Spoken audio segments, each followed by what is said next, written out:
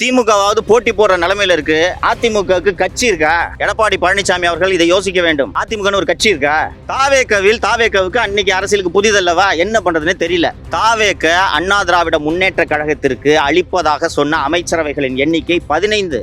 எந்த மினிஸ்ட்ரி வேணுமோ நீங்க எடுத்துங்க. இது இனிஷியல். இது 4 இரவு 5 காலையில் பகலில் நடப்பது. போய் இவங்க எல்லாம் பேசிட்டு 15 மினிஸ்ட்ரி கிடைக்குதுன்னா அப்பாடி ரைட்டு, கவர்மெண்ட் ஃபார்ம் பண்ணிடலாம், கட்சியை காப்பாற்றிடலாம் என்று திரு எடப்பாடி பழனிசாமி அவர்களிடம் வேலுமணி, சி சண்முகம், காமராஜ் எல்லாம் சென்று பேசும்போது, எல்லாம் வேணாம் தம்பி, திமுக நமக்கு ஆதரவு தரேன் இருக்காங்க, பொறுமையா இருங்க, சமூக நீதி என்று பேசிவிட்டு முதல் முறையாக ஒரு தலித்தை தமிழகத்தின் முதலமைச்சர் ஆக்கி இருக்கிறோம் என்ற பெருமை 2 திராவிட கட்சிகளுக்குமே வரும். சிறப்பான யோசனை, இதை செய்யுங்கள் என்று அவர்கள் அத்தனை பேரும் சம்மதம் தெரிவித்த பிறகு உங்களுக்கு எல்லாம் நினைவு இருக்கும், 46 எம்எல்ஏக்களும் சேர்ந்து திரு எடப்பாடி பழனிசாமியின் வீட்டிலே ஒரு கூட்டம் நடந்தது, எம்எல்ஏக்கள் கூட்டம். அந்த கூட்டத்தில் இந்த ப்ரொபோசலை வைக்கிறாங்க. திருமா சம்மதிச்சிட்டாரு, எல்லாருக்கிட்டையும் பேசிட்டோம், சம்மதிச்சிட்டாங்க. திருமாவை முதல்வராக்கலாம் என்று சொல்லும் போது எடப்பாடி பழனிசாமி, திருமாவளவனை முதல்வராக்கிறதுக்காக நான் கட்சி நடத்துறேன், ஒன்று நான் முதல்வராகணும், இல்லைன்னா யாருமே முதல்வராகக்கூடாது, இந்த கட்சியை வீணா போனாலும் பரவாயில்ல, நான் திருமாவளவன் முதல்வராவதற்கு சம்மதிக்க மாட்டேன்.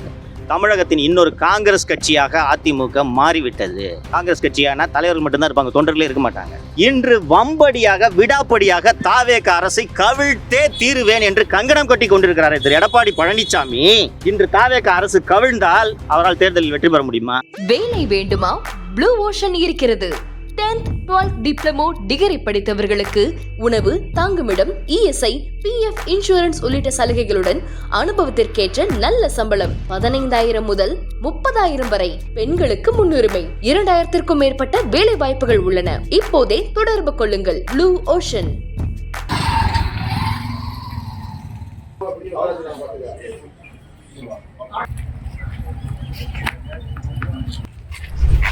இந்திய கம்யூனிஸ்ட் கட்சியின் செயலர் தோழர் வீரபாண்டியன் மற்றும் மார்க்சிஸ்ட் கம்யூனிஸ்ட் கட்சியின் செயலர் தோழர் சண்முகம் ஆகியோர் 2 நாட்களாக பத்திரிகையாளர்களை சந்தித்து பேசி வருகிறார்கள். அவர்கள் பேசியது மிக முக்கியமாக தமிழக மக்கள் அனைவரும் கவனிக்க வேண்டியது.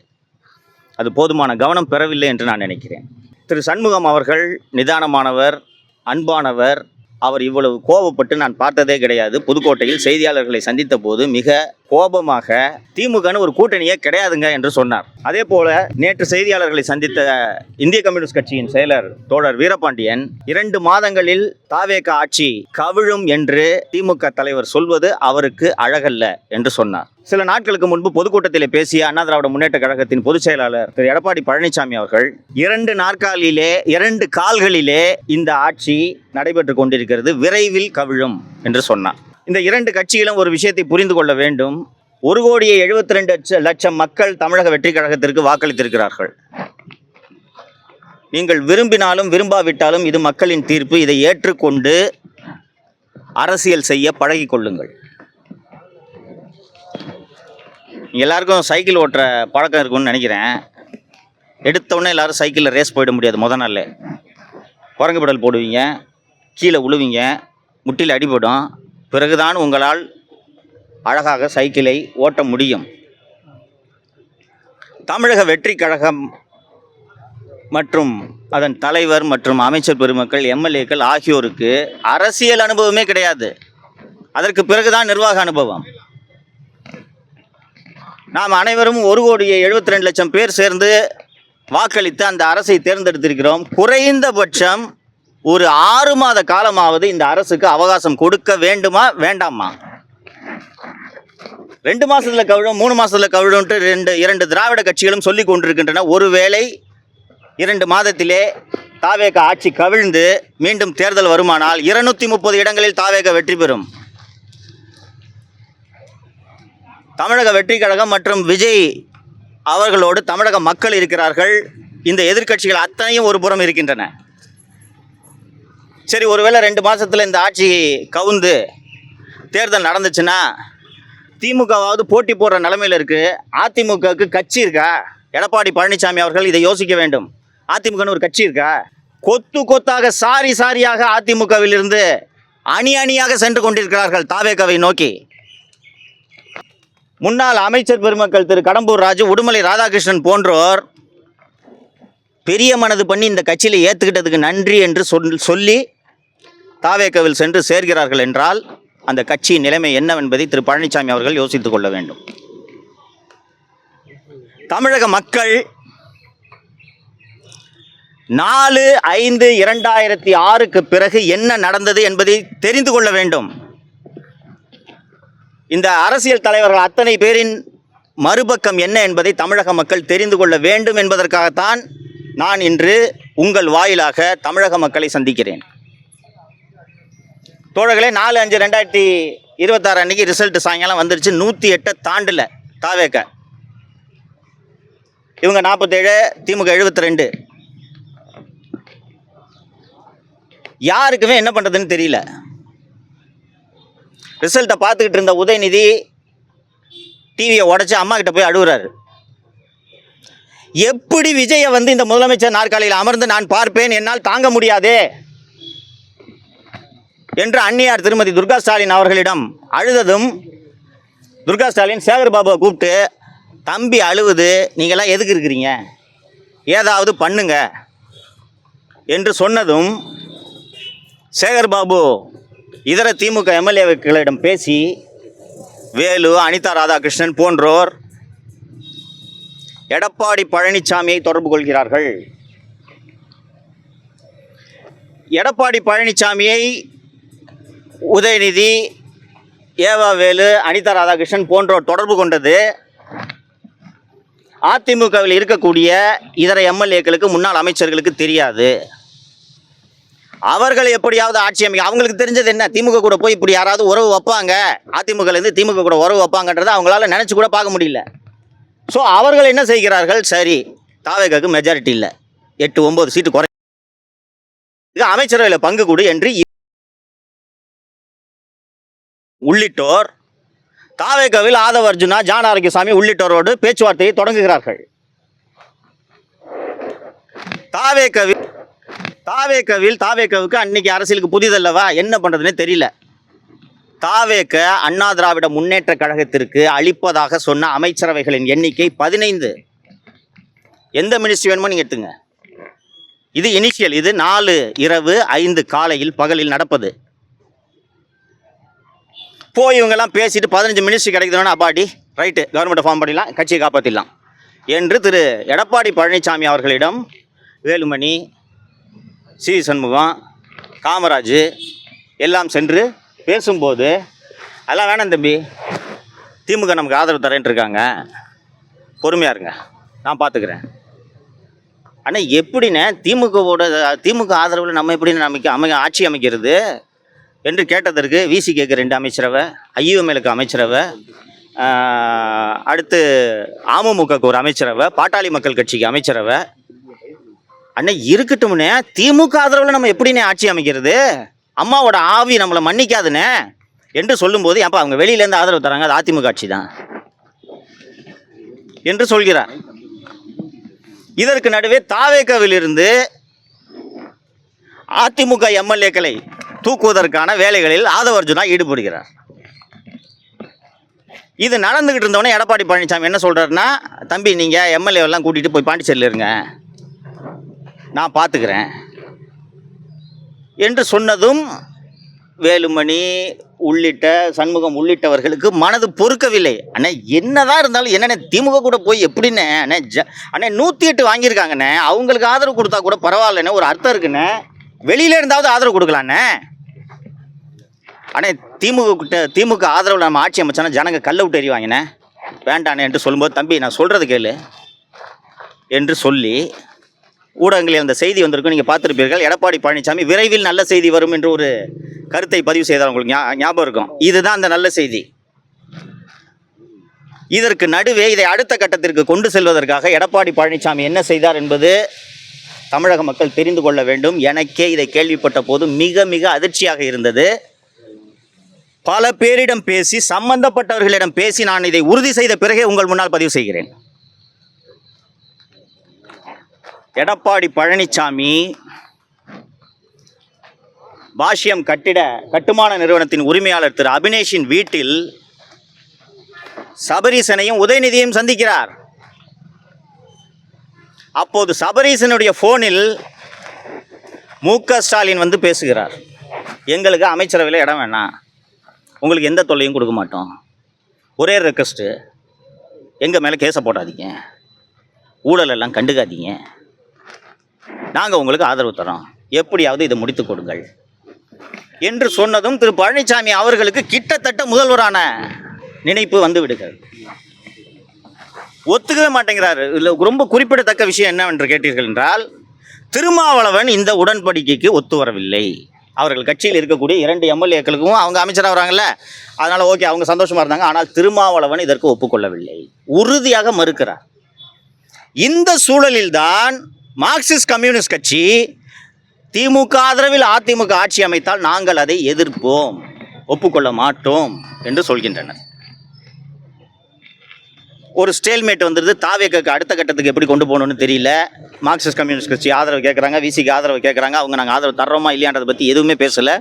இதற்குள் அதிமுக ஆட்சி அமைப்பதற்கு திமுக ஆதரவு எம்எல்ஏக்களின் ஆதரவு கடிதத்தை கொடுக்குறார்கள். இதுக்கு நடுவில் டிவிக்கே அமமுக எம்எல்ஏவை தூக்கிடுறாங்க.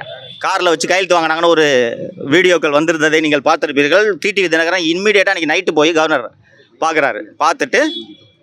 கவர்னரை பார்த்துட்டு இது போல் ஆள் தூக்கும் வேலையில் தாவேக ஈடுபடுகிறது, நீங்கள் தலையிட வேண்டும் என்று சொன்னதும் தாவேக்கு தடுமாற்றம் ஏற்படுகிறது. உடனடியாக இது போல் ஆள் தூக்குற வேலையில் தாவேக ஈடுபடுகிறது என்றதும் மார்க்சிஸ்ட் கம்யூனிஸ்ட் கட்சி நாங்கள் திமுக ஆதரவில் அதிமுக ஆட்சி அமைப்பதற்கு உடன்பட மாட்டோம் என்று உறுதியாக தெரிவித்து விடுகின்றனர். இதை அடுத்த கட்டத்துக்கு நவுத்த முடியல. திமுக ஆதரவில் அதிமுக ஆட்சியிடத்தை நவுத்த முடியல. ஸோ அடுத்து என்ன செய்வது என்ற ஒரு நெருக்கடியான சூழல் வரும்போது அதிமுகவின் மூத்த தலைவர்கள் ஒரு முடிவெடுக்கிறார்கள். சரி, இதற்குத்தான் இடதுசாரிகள் எதிர்ப்பு தெரிவிக்கின்றனர். திமுகவின் ஆதரவில் அதிமுக ஆட்சி அமைப்பதற்கு இடதுசாரிகள் எதிர்ப்பு தெரிவிக்கின்றனர். தொல் திருமாவளவனை முதல்வராக்கலாம் என்று சொன்னால் தமிழகத்தின் முதல் தலித் முதலமைச்சர் என்பதற்கு யாரிடமிருந்தும் எதிர்ப்பு வராது. அப்போது சுயநலத்துக்காக கூட்டணி அமைத்து ஆட்சி அமைத்தார்கள் என்ற அவப்பெயரிலிருந்தும் தப்பிக்கலாம் என்று சொல்லும்போது அதிமுகவிலிருந்தே எதிர்ப்பு குரல் கிளம்புகிறது. திருமாவளவனை முதல்வராக்கிட்டு நான் எப்படி என் தொகுதிக்கு போகிறது என்று சில எம்எல்ஏக்கள் எதிர்ப்பு தெரிவிக்கிறார்கள். ஏன்னா விழுப்புரம் மாவட்டம், கள்ளக்குறிச்சி மாவட்டத்தில் தான் அதிமுக சில எம்எல்ஏக்களை ஜெயிச்சிருக்கு. அவங்க எதிர்ப்பு தெரிவிக்கிறாங்க, நாங்கள் எப்படிங்க போகிறது என்று. அவர்களை பேசி சமாதானம் செய்து பாட்டாளி மக்கள் கட்சியின் ஆதரவையும் கோருவோம் என்று அதிமுகவின் ஒரு மூத்த தலைவர் அன்புமணியிடம் பேசுகிறார். அன்புமணிக்கிட்ட பேசின உடனே அன்புமணி என்ன சொல்கிறார், ஏங்க அவங்க சிஎம் ஆக்கிட்டு நாங்கள் எப்படிங்க கட்சி நடத்து, அதெல்லாம் முடியாது, வேணா அவங்க 2.5 வருஷம் நாங்கள் 2.5 வருஷம் என்று ஒரு ப்ரொப்போசலை அன்புமணி சொன்னோன்னே இது சரியாக வராதுங்க என்று இணைப்பு துண்டிக்கப்படுகிறது. 10 நிமிடங்களில் மீண்டும் இணைப்பில் வந்த திரு அன்புமணி அவர்கள் அவங்க 2 வருஷம் அதெல்லாம் வேண்டாம், சௌமியா அன்புமணி அவர்களுக்கு துணை முதல்வர் கொடுத்தால் நாங்கள் இந்த ஏற்பாட்டுக்கு சம்மதம் தெரிவிக்கிறோம், திருமாவளவன் முதல்வராவதற்கு எங்களுக்கு சம்மதம், நாங்களும் அமைச்சரவையில் பங்கெடுக்க வேண்டும் என்ற நிபந்தனை மற்றும் அன்புமணி விதிக்கிறார். மார்க்சிஸ்ட் கம்யூனிஸ்ட் கட்சி ஒப்புக்கொண்டனர், இந்திய கம்யூனிஸ்ட் கட்சி ஒப்புக்கொண்டனர், ஐயுஎம்எல் ஒப்புக்கொண்டனர், அதிமுகவின் அனைத்து 46 எம்எல்ஏக்களும் ஒப்புக்கொள்கின்றனர், திமுகவிலும் அனைவரும் ஒப்புக்கொள்கின்றனர், கனிமொழி ஒப்புக்கொள்கிறார். உதயநிதி அவர்கள்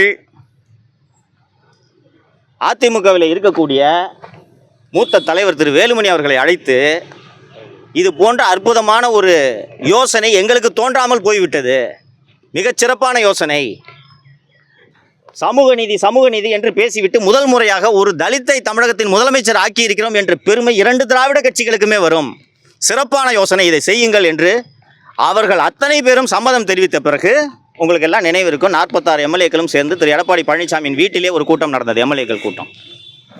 அந்த கூட்டத்தில் இந்த ப்ரொப்போசலை வைக்கிறாங்க. திருமா சம்மதிச்சிட்டாரு, எல்லாருக்கிட்டையும் பேசிட்டோம், சம்மதிச்சிட்டாங்க, திருமாவை முதல்வராக்கலாம் என்று சொல்லும்போது எடப்பாடி பழனிசாமி திருமாவளவனை முதல்வராக்கிறதுக்காக நான் கட்சி நடத்துகிறேன், ஒன்று நான் முதல்வராகணும், இல்லைன்னா யாருமே முதல்வராகக்கூடாது, யாரையும் நான் முதல்வராக்க விடமாட்டேன், யாரை கேட்டுட்டு திருமாவளவனை முதல்வராக்கிற யோசனையில் நீங்கள் இறங்குனீங்க, இந்த கட்சியை வீணா போனாலும் பரவாயில்ல, நான் திருமாவளவன் முதல்வராவதற்கு சம்மதிக்க மாட்டேன் என்று சொல்லும்போது தான் கடுமையான வாக்குவாதம் அந்த எடப்பாடி பழனிசாமியின் வீட்டிலே ஏற்படுகிறது. கிட்டத்தட்ட கைகலப்புக்கு போயிடுச்சு. பேரை குறிப்பிட விரும்பல, நீங்கள் ஊகிச்சு கண்டுபிடிச்சிருவீங்கன்னு நினைக்கிறேன். என்னதாயா வேணும் உனக்குன்னு கேட்டுட்டாங்க எடப்பாடியை பார்த்து. திருமாவளவன் முதல்வர் ஆகிறதுக்கு நீங்க சம்மதிக்க மாட்டீங்க, ஆனா திமுக ஆதரவில் நீங்க முதலமைச்சர் ஆகலாமா? 19 ஆரம்பிச்சு இன்னைக்கு வரைக்கும் நடந்த அத்தனை தேர்தலிலும் அதிமுக தோல்வி. எந்திரிச்சு வந்த நான் பாத்துக்கிறேன் தம்பி, நீங்க போங்க கவலைப்படாதீங்க, நான் பாத்துக்கிறேன் தம்பின்னு நீ சொன்னதை நம்பி தானே நாங்க தேர்தலை போட்டிட்டோம். இன்னைக்கு அதிமுக சார்பில் தேர்தலில் போட்டிட்டு அத்தனை பேர் 5 கோடி ரூபாய் கடன்ல இருக்காயா, வட்டி கட்டிட்டு இருக்காயா. அவங்களுக்கு என்ன வழி? தொடர்ந்து தோத்துக்கிட்டே இருந்தா 108 சீட்ல கட்சி ஆரம்பிச்சு 3 வருஷம் ஆன ஒரு கட்சி 108 சீட்ல ஜெயிச்சிருக்காங்க. ஒட்டுமொத்த சமூகமும் தாவேக்கு பின்னால் நிற்கிறது. தொடர்ந்து தோல்வியை சந்தித்து கொண்டிருக்கக்கூடிய இந்த அதிமுக கட்சியை எந்திரிச்சு நிக்கிறதுக்கு என்னதாங்க உங்ககிட்ட யோசனை? நான் திருமாவளவனையும் சிஎம் ஆக்க விட மாட்டேன், தாவேக்கு ஆதரவு கொடுக்கலாம், அவங்க 15 அமைச்சரவை தர்றேன்னு சொல்றாங்க, இல்ல வெளியில இருந்து ஆதரவு தர்றேன்னு சொல்றா. நாங்க ஒரு யோசனை சொன்னா அதுக்கும் ஒத்துக்க மாட்டீங்க. ஆனா நீங்க திமுக ஆதரவோடு முதல்வர் ஆகலான்னு சொன்னா எப்படி கட்சிக்காரன் ஏத்துக்குவான்? அம்மாவோட ஆன்மா நம்மளை மன்னிக்குமா? ரோட்ல போனா ஜனங்க கல்லெடுத்து அடிக்க மாட்டாங்களா? முடிச்சிடுறேங்க, நான் முடிச்சிடுறேன், முடிச்ச பிறகு முடிக்கிற வரைக்கும் வெயிட் பண்ணுங்க என்று சொன்ன பிறகுதான் எடப்பாடி பழனிசாமி அதற்கும் சம்மதிக்கவில்லை என்பதால் 30 எம்எல்ஏக்கள் அந்த கூட்டத்திலிருந்து கிளம்பி நேராக சிவி சண்முகம் வீட்டுக்கு சென்று எதிரணியாக உருவாக்கிறார்கள். அப்போது அவர்கள் தாவேக்காவோடு பேச்சுவார்த்தை நடத்துகிறார்கள். 10 அமைச்சர்களை தருவதற்கு தாவேக்கா அன்று தயாராக இருந்தது. 30 எம்எல்ஏக்கள் மொத்தம் 47 எம்எல்ஏல 30 எம்எல்ஏக்கள் சிவி சண்முகம் பக்கம்னா இந்த பக்கம் 17 எம்எல்ஏக்கள் தான் இருக்கார்கள். உங்களுக்கு நினைவு இருக்குன்னு நினைக்கிறேன். 30 எம்எல்ஏக்கள் அங்கே போனதும் அக்ரி கிருஷ்ணமூர்த்தி தூது அனுப்புகிறார். தூது அனுப்பி அவங்களை அமைச்சரவையில் பங்கெடுத்துக்கிட்டு நான் கட்சியோட பொதுச் செயலாளராக இருக்கிறேன் என்று இவர்களிடம் பேச்சுவார்த்தை நடத்தி கொண்டு அதிமுக எம்எல்ஏக்களிடம் உள்துறை அமைச்சர் அமித்ஷாவிடம் நான் பேசிவிட்டேன், உங்கள் மீது அமலாக்கத்துறை விசாரணை வரப்போகிறது, நீங்கள் யாரும் எம்எல்ஏக்களாக இருக்க மாட்டீர்கள் என்று இந்த புறம் பேசிக்கொண்டு சட்டப்பேரவை சபாநாயகரிடம் இவர்களை தகுதி நீக்கம் செய்யுங்கள் என்ற கடிதத்தையும் கொடுக்கிறார். திரு பழனிசாமி அவர்களின் மிரட்டலுக்கு அஞ்சி அப்போது 5 எம்எல்ஏக்கள் அங்கிருந்து விலகி மீண்டும் திரு பழனிசாமி அவர்களின் அணிக்கு செல்கிறார்கள். அதன் பிறகு இவர்கள் அணி பலவீனமாகிறது. இந்த கட்டத்தில் இவர்கள் வெறும் 25 எம்எல்ஏக்கள் ஆகிவிட்டார்கள் என்பதை புரிந்து கொண்டு அமைச்சரவையில் அதிமுகவிலிருந்து பிரிந்தவர்களுக்கு இடம் கொடுக்க வேண்டும் என்ற எண்ணத்தை தாவேக்க கைவிடுகிறது. அதற்கு பிறகு மறுநாள் வாக்கெடுப்பு. அந்த வாக்கெடுப்பில் தான் 25 பேர் தாவேக்கு ஆதரவாக வாக்களித்தனர். நான் இப்போது மக்களுக்கு ஒரு சார் கேட்டார், என்னதான் ஏன் சொல்ல வர்ற மக்களுக்கு அப்படின்னு. அதிமுக என்ற கட்சிக்கு இன்று எதிர்காலம் இல்லை, அதன் தலைமை மாற்றப்பட வேண்டும் என்கிறேன். தொடங்கி நடந்த 52 ஆண்டுகளில் 32 ஆண்டுகள் தமிழகத்தை ஆண்ட கட்சி, நம்ம எல்லாருக்கும் நல்லது பண்ண கட்சி, அது மாணவர்களுக்கு இலவச லேப்டாப் வழங்கின கட்சி, மாணவர்களுக்கு சைக்கிள் வழங்கின கட்சி, தமிழகத்துக்கு எவ்வளவோ நன்மை செய்த கட்சி இன்று கற்பூரம் போல கரைந்து கொண்டிருக்கிறது. இது எனக்கு வருத்தமாக இருக்கிறது. எனக்கு அதிமுகவை சேர்ந்த வழக்கறிஞர்கள் தான் தமிழகத்தின் பல்வேறு மாவட்டங்களில் நீதிமன்றங்களில் எனக்காக ஆஜரானார்கள். அவர்களில் 90% இன்று தாவேக்காவில் இருக்கிறார்கள். திருச்சி மாவட்டத்திலே எனக்காக ஆஜரான எனது அன்பிற்குரிய நண்பர் திரு முல்லை சுரேஷ் அவர்கள் உட்பட இன்று பலர் தாவேக்காவிற்கு சென்று விட்டனர். தமிழகத்தின் இன்னொரு காங்கிரஸ் கட்சியாக அதிமுக மாறிவிட்டது. காங்கிரஸ் கட்சியானா தலைவர்கள் மட்டும்தான் இருப்பாங்க, தொண்டர்களே இருக்க மாட்டாங்க. இன்று வம்படியாக விடாப்படியாக தாவேக அரசை கவிழ்த்தே தீருவேன் என்று கங்கணம் கட்டி கொண்டிருக்கிறார் திரு எடப்பாடி பழனிசாமி. இன்று தாவேக அரசு கவிழ்ந்தால் அவரால் தேர்தலில் வெற்றி பெற முடியுமா? ஒன்றுபட்ட அதிமுகவாக இருந்து தாவேக என்ற ஒரு கட்சி ஒரு ஃபோர்ஸா இல்லையா என்பதே தெரியாத போதே நீங்கள் வெறும் 47 இடங்களில் வெற்றி பெற்றீர்கள். இன்னைக்கு கட்சி கற்பூரம் மாதிரி கரைஞ்சு போச்சு, எலும்பு கூட தான் இருக்கு. இன்னைக்கு ஆட்சி தாவேக ஆட்சி கவிழ்ந்துச்சுன்னா எப்படி சார் நீங்க தேர்தலில் போட்டியிட்டு வெற்றி பெறுவீர்கள்? எப்படி வெற்றி பெற முடியும்? இன்னைக்கு ஒரு இளைஞர்களின் ஆதரவு இல்லாத கட்சி வெற்றியை பெற முடியாது என்ற நிலைக்கு இன்றைக்கு தமிழக அரசியல் ஆளாகி இருக்கிறது. அப்படி இருக்கும்போது 72 வயதான திரு எடப்பாடி பழனிசாமியால் அண்ணா திராவிட முன்னேற்ற கழகத்தை எப்படி வழிநடத்த முடியும்?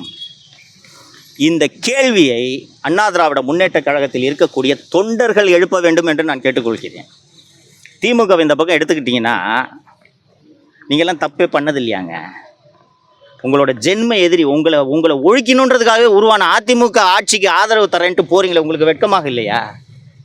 108 சீட்டு வந்து ஒரு கட்சி வாங்கியிருக்கு. அந்த கட்சி எதிர்கட்சி வரிசையில் உட்கார வச்சுக்கிட்டு எதிரிகள் இருவரும் கைகோர்க்க வேண்டும் என்று சொன்னால் 1,72,00,000 வாக்காளர்களை நீங்கள் இழிவுபடுத்துவதாகாதா?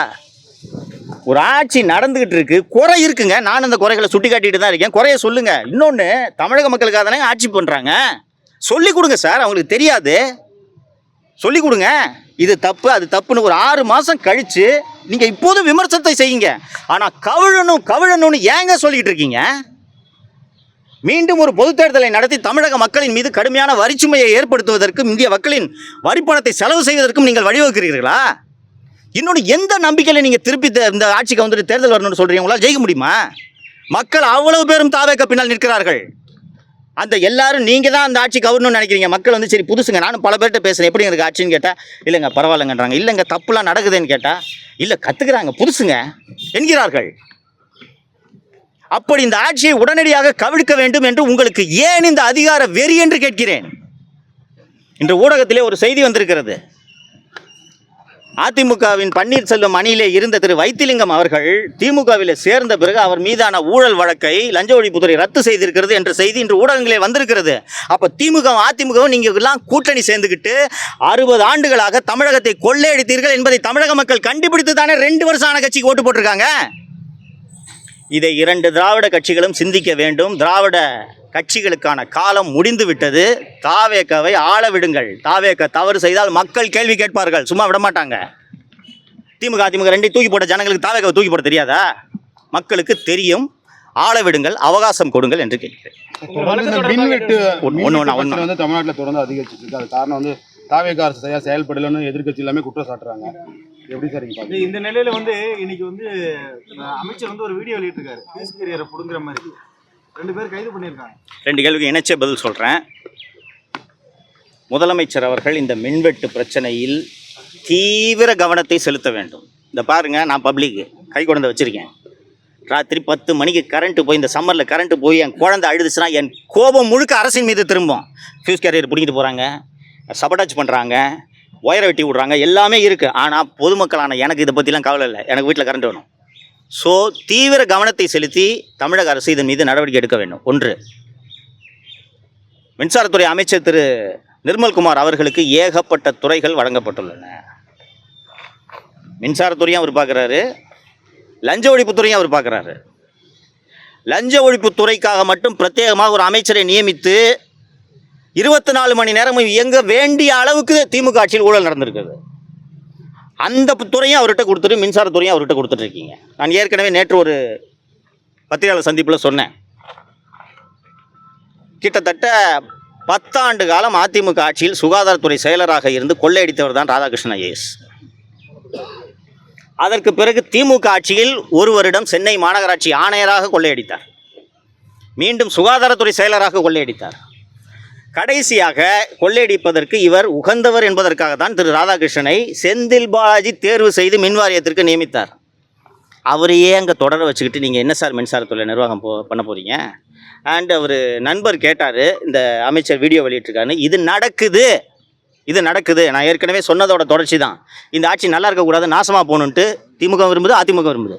பண்ணுவாங்க, ஃபியூஸை பிடிங்கி விடுவாங்க, ஒயரை கட் பண்ணி விடுவாங்க, மின்வாரிய தொழிலாளர்களை தூண்டி விட்டு வேலை நிறுத்தத்தில் ஈடுபடுவார்கள். இதெல்லாம் சமாளித்து தான் அவனு முதல்வர். இதுக்கு தான் அவருக்கு அவகாசம் கொடுக்கணுன்றேன். புரியுதா? இதெல்லாம் பண்ணுவாங்க. இந்த திமுக அதிமுக 2 பேரையும் சகிச்சுக்க முடியல.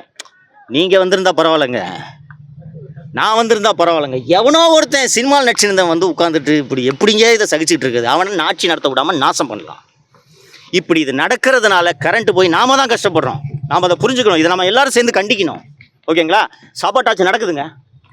ஃபீஸை பிடிங்கி விடுறது, குறிப்பாக சென்னையின் புறநகர் பகுதிகளில் வேண்டுமென்றே மின்சாரத்தை இணைப்பை துண்டிக்கும் வேலை நடந்து கொண்டிருக்கிறது.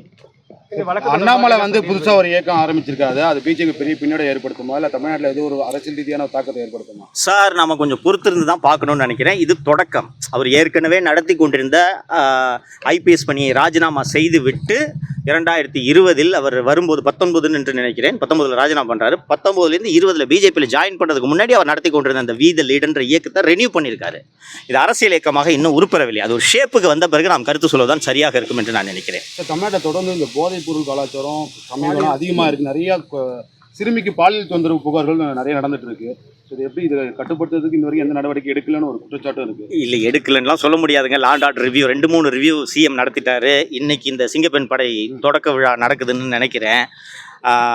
போதைப் பொருளுக்கும் 2-3 ஆய்வுகளை செய்து விட்டார். நான் தமிழக அரசை பார்த்து சொல்லிக் கொள்வது ஒன்று தான். காவல்துறையின் முக்கால்வாசி ஈரல் திமுக ஆட்சியில் அழுகி போய்விட்டது. அதை சரி செய்வதற்கான பணி கொஞ்சம் கடினமான பணி. முதல்வர் அதில் தீவிரமாக கவனம் செலுத்த வேண்டும். போலீஸ் டிபார்ட்மெண்ட் பிடிச்சி ஒரு உழுக்க வேண்டியதாக இருக்குது.